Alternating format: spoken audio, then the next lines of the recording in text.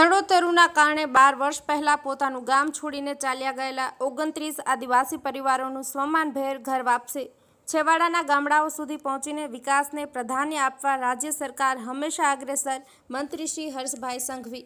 Banaskantha police વિભાગની સુરક્ષા સાથે સામાજિક કાર્યો માટે કરવામાં આવેલી પહેલ પ્રશંસાપાત્ર મંત્રી શ્રી હર્ષભાઈ સંઘવી। ગૃહ રાજ્યમંત્રી હર્ષભાઈ સંઘવીએ આજરોજ બનાસકાંઠાના દાંતા તાલુકાના મોટા પીપોદરા ગામના 29 કોદરવી પરિવારના 300 જેટલા સભ્યોનું પુનર્વસન કરાવ્યું હતું। આદિવાસી સમાજના એક કુરિવાજ ચડોતરુના કારણે મોટા પીપોદરા ગામમાંથી 12 વર્ષ પહેલા હૃદય પર પથ્થર મૂકીને પોતાનું વતન છોડીને કોદરવી પરિવારના 300 જેટલા સભ્યો આ ગામમાંથી સ્થળાંતર કરીને ચાલ્યા ગયા હતા। ગૃહ રાજ્યમંત્રી હર્ષભાઈ સંઘવી સહિત જિલ્લા વહીવટીતંત્ર અને પોલીસ વિભાગ સાથે આદિવાસી સમાજના આ પરિવારોને સંપૂર્ણ માન સન્માન સાથે પોતાના ગામમાં પુનર્વસન માટેનો આ એક ઐતિહાસિક પ્રસંગ યોજાયો હતો। મંત્રી શ્રી હર્ષભાઈ સંઘવી અને મહાનુભાવોએ એકતા એ સમાજનો સાચો અવતાર, વેર એ અંધકારનો ભાર તકતીનું અનાવરણ કરીને બે સમાજના આગેવાનોને એક કર્યા હતા। મંત્રીશ્રીએ આદિવાસી સમાજના બંધુઓને કુમકુમ તિલક સાથે ગૃહ પ્રવેશ કરાવ્યો હતો તથા ભૂમિપૂજન સાથે ખેતરમાં મકાઈનું વાવેતર કરાવ્યું હતું। મંત્રીશ્રીએ આદિવાસી સમાજના બંધુઓને શૈક્ષણિક કીટ, રાશન કીટ, દિવ્યાંગ ભાઈને વ્હીલચેર તથા પ્રશંસાપાત્ર એનાયત કરાયા હતા। આ પ્રસંગે મંત્રી શ્રી હર્ષભાઈ સંઘવીએ જણાવ્યું હતું કે આજે ગુજરાત જ નહીં પણ સમગ્ર દેશના આદિવાસી બાંધવો માટે ઐતિહાસિક દિવસ છે। આજનો દિવસ કુરિવાજની નાબૂદી, ઉન્નતિ, ખુશાલી અને પારિવારિક આદર સાથે પુનર્વસનનો મહત્વપૂર્ણ દિવસ છે। તેમણે તકરારને બદલે સમાધાન તરફ આગળ વધવા બદલ આદિવાસી સમાજના પંચના વડીલોને અભિનંદન પાઠવી સ્ટેજ પર બોલાવી સન્માન કર્યું હતું। મંત્રીશ્રીએ જણાવ્યું કે વિકાસ સાથે અંતરિયાળ તથા છેવાડાના ગામડાઓ સુધી આજે ભૂપેન્દ્રભાઈ પટેલની સરકાર પહોંચી છે, જેનું આ ઉત્તમ ઉદાહરણ છે। મંત્રીશ્રીએ બનાસકાંઠા પોલીસ વિભાગની સુરક્ષા સાથે સામાજિક કાર્યો માટે કરવામાં આવેલી પહેલને બિરદાવી હતી। તેમણે દરેક મુશ્કેલીમાં લોકોની સેવામાં સતત ખડે પગે રહી તથા સેવાનું બીજું નામ એટલે કે પોલીસની કામગીરીની પ્રશંસા કરી હતી। તેમણે રેન્જ આઈજી શ્રી ચિરાગ કોરડિયા તથા બનાસકાંઠા પોલીસ અધિક્ષક શ્રી અક્ષયરાજ મકવાણા અને ટીમ દ્વારા 14 વર્ષના વેરને સમાધાન કરાવીને સામાજિક વ્યવસ્થા માટે કરાયેલ કામગીરીને વધાવીને અભિનંદન પાઠવ્યા હતા। તેમણે કહ્યું કે આદિવાસી બાંધવો માટે હવે અહીં સરકારશ્રી તથા સામાજિક સંસ્થાઓના સહયોગથી આવાસ બનાવાશે તથા તમામ જીવન જરૂરિયાત સુવિધાઓ ઊભી કરાશે, જેથી કરીને આ સમાજના લોકો ખેતી સાથે પોતાની માનભેર જિંદગી વિતાવશે। ઉલ્લેખનીય છે કે આદિવાસી સમાજનું એક કુરિવાજ ચડોતરુ એટલે કે વેર લેવાની પરંપરા। આ ચડોતરુ કુરિવાજને કારણે દાંતા તાલુકાના મોટા પીપોદરા ગામમાંથી 12 વર્ષ પહેલાં સ્થળાંતર કરીને કોદરવી સમુદાયના 29 પરિવારોના 300 જેટલા સભ્યો પાલનપુર તથા સુરત ચાલ્યા ગયા હતા। મંત્રી શ્રી હર્ષભાઈ સંઘવીના માર્ગદર્શન હેઠળ બનાસકાંઠા પોલીસે આ સમુદાયની વિગતો મેળવીને તેમનો સંપર્ક કર્યો। ગ્રામ પંચાયતના આગેવાનો તથા બંને સમુદાયના આગેવાનો સાથે બેઠકો કરી આ પરિવારોના પુનર્વસન બાદ ગામમાં સુલેહ શાંતિ જળવાઈ રહે તે માટે બેઠકો કરાઈ હતી।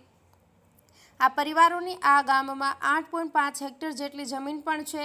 બનાસકાંઠા પોલીસે આ જમીન ક્યાં છે તે જગ્યા અને તેની માપણી સહિતની કામગીરી ડિસ્ટ્રિક્ટ ઇન્સ્પેક્ટર લેન્ડ રેકોર્ડ્સ સાથે સંકલનમાં રહીને પૂર્ણ કરી હતી।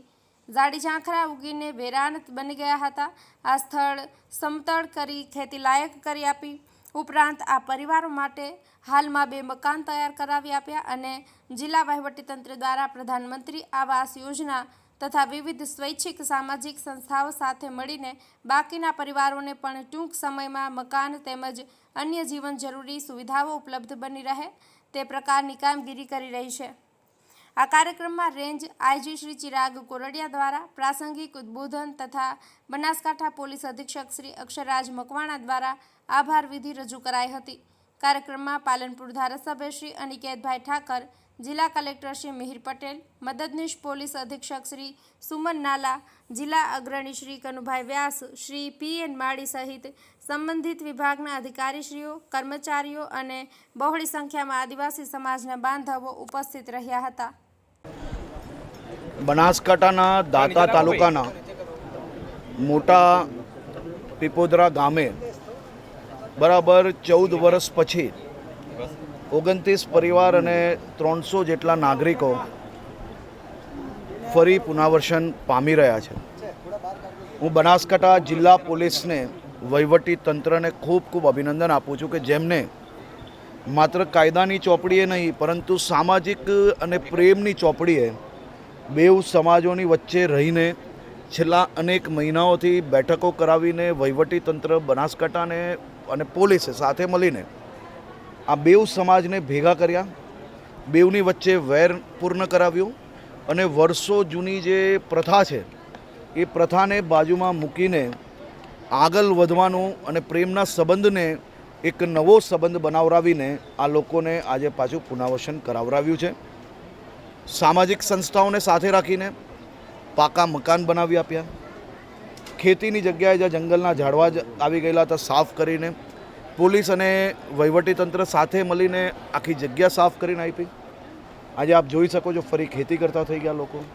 ઇલેક્ટ્રિસિટી હોય, પ્રધાનમંત્રીશ્રીની અનેક યોજનાઓથી લાઇટ, પાણી, ટોયલેટ, ગેસ અને કલેક્ટરશ્રીએ ખાસ કરીને અહીંયા એક કોમ્યુનિટી હોલ બી બનાવી આપવા માટેની વ્યવસ્થા કરી છે. પહેલી વાર આપે જોયું હશે કે આટલા નાના ગામમાં કલેક્ટર અને એસપી પોતે એક ટીમ તરીકે છેલ્લા અનેક દિવસોથી મહેનત કરીને આ પ્રોજેક્ટને સફળ કરે છે.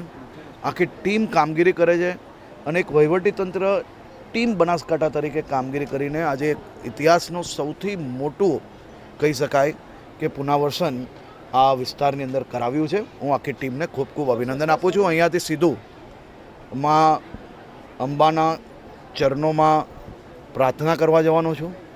આ બધા જ પરિવારો ફરી એકવાર સાથે મળીને અહીંયા ખુશખુશાલ જીવન જીવી શકે તેવી માં અંબા બધાને મનોકામના પૂરી કરે અને ભાદરવી પૂનમના મેળાની તૈયારીની સમીક્ષા લઈશ.